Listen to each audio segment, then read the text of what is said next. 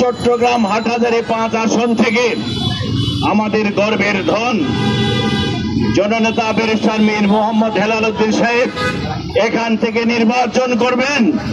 সেজন্য আজকে আমাদের সবাইকে ঐক্যবদ্ধ থাকতে হবে। আজকে বাংলাদেশ জাতীয়তাবাদী দল ৪৪ নম্বর ওয়ার্ড নবনির্বাচিত কমিটির উদ্যোগে স্বাগত আনন্দ মিছিল পরবর্তী অনুষ্ঠানের সংগ্রামী নেতৃবৃন্দ, বাংলাদেশ জাতীয়তাবাদী দল, জাতীয়তাবাদী যুব দল, জাতীয়তাবাদী স্বেচ্ছাসেবক দল, মহিলা দল, শ্রমিক দল সহ সংগ্রামী নেতৃবৃন্দ, আমি আজকের এই সংক্ষিপ্ত সমাবেশে যারা তাৎক্ষণিকভাবে আনন্দ মিছিল সফল করেছেন তাদের সবাইকে চট্টগ্রাম মহানগর বিএনপির পক্ষ থেকে আমরা সংগ্রামী অভিনন্দন জানাচ্ছি। প্রিয় ভাইরা, আজকে একদিকে আনন্দ আছে, একদিকে আমাদের অনেক ত্যাগী নেতা কর্মীরা হয়তো কমিটিতে আসতে পারে নাই, তাদের মনে খুব ব্যথা আছে। আপনারা যারা এই কমিটিতে এসেছেন তাদেরকে আমরা অভিনন্দন জানাই। আপনারা সবসময় খেয়াল করবেন আমাদের ত্যাগী নেতা কর্মী যারা আছে, যারা বাদ করেছে তাদেরকে প্রত্যেককে তার অবস্থা অনুযায়ী তাদেরকে আপনারা মূল্যায়ন করবেন। এবং আমাদের দলের এই চট্টগ্রাম হাটহাজারী 5 আসন থেকে আমাদের গর্বের ধন জননেতা ব্যারিস্টার মীর মোহাম্মদ হেলাল উদ্দিন সাহেব এখান থেকে নির্বাচন করবেন।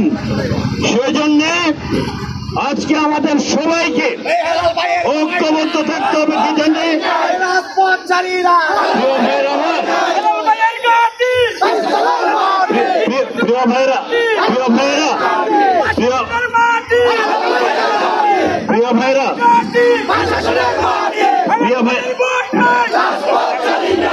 প্রিয় ভাইরা, আমাদেরকে সবাইকে ঐক্যবদ্ধ থাকতে হবে, কারণ ষড়যন্ত্র এখনো শেষ হয় নাই। ষড়যন্ত্রকে মোকাবেলা করার জন্য আমাদের নেতা, আমাদের প্রাণপ্রিয় নেতা, বাংলাদেশ জাতীয়তাবাদী দলের ভারপ্রাপ্ত চেয়ারম্যান তারেক রহমান সাহেব ঘোষণা দিয়েছেন সারা বাংলাদেশে বাংলাদেশ জাতীয়তাবাদী দল, যুব দল, স্বেচ্ছাসেবক দল, শ্রমিক দল, মহিলা দল প্রত্যেকটি অঙ্গ সংগঠনকে তৃণমূল থেকে মহানগর পর্যায়ে সুসংগঠিত করতে হবে। যদি ষড়যন্ত্র হয় তাহলে আমরা ষড়যন্ত্রের জবাব দিতে হবে। সেজন্য আমাদের সবাইকে ঐক্যবদ্ধ থাকতে হবে, ঠিক কিনা? আর যদি কোন ছল ছাতুরির সৃষ্টি করে নির্বাচনকে বিলম্ব করার কোন প্রচেষ্টা করা হয় তাহলে বাংলাদেশে আবার আগুন জ্বলে উঠবে। সে আগুন কেউ নিভিয়ে ফেলতে পারবে না।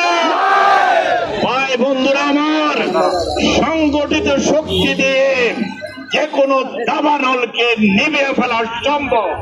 সেজন্য আমাদের সমস্ত নেতা কর্মী ভাইরা আছেন,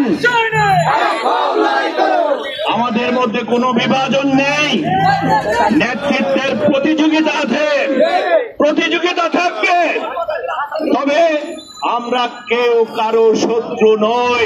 আমরা একে অপরের পরিপূরক শক্তি হিসেবে কাজ করতে হবে। নতুন নেতৃত্বকে আমি বলবো, পুরানো নেতা কর্মী যারা আছে তাদেরকে যথাযথ মূল্যায়ন করবেন। তাদেরকে যদি মূল্যায়ন করেন আপনারাও মূল্যায়িত হবেন, সম্মানিত হবেন। সেজন্য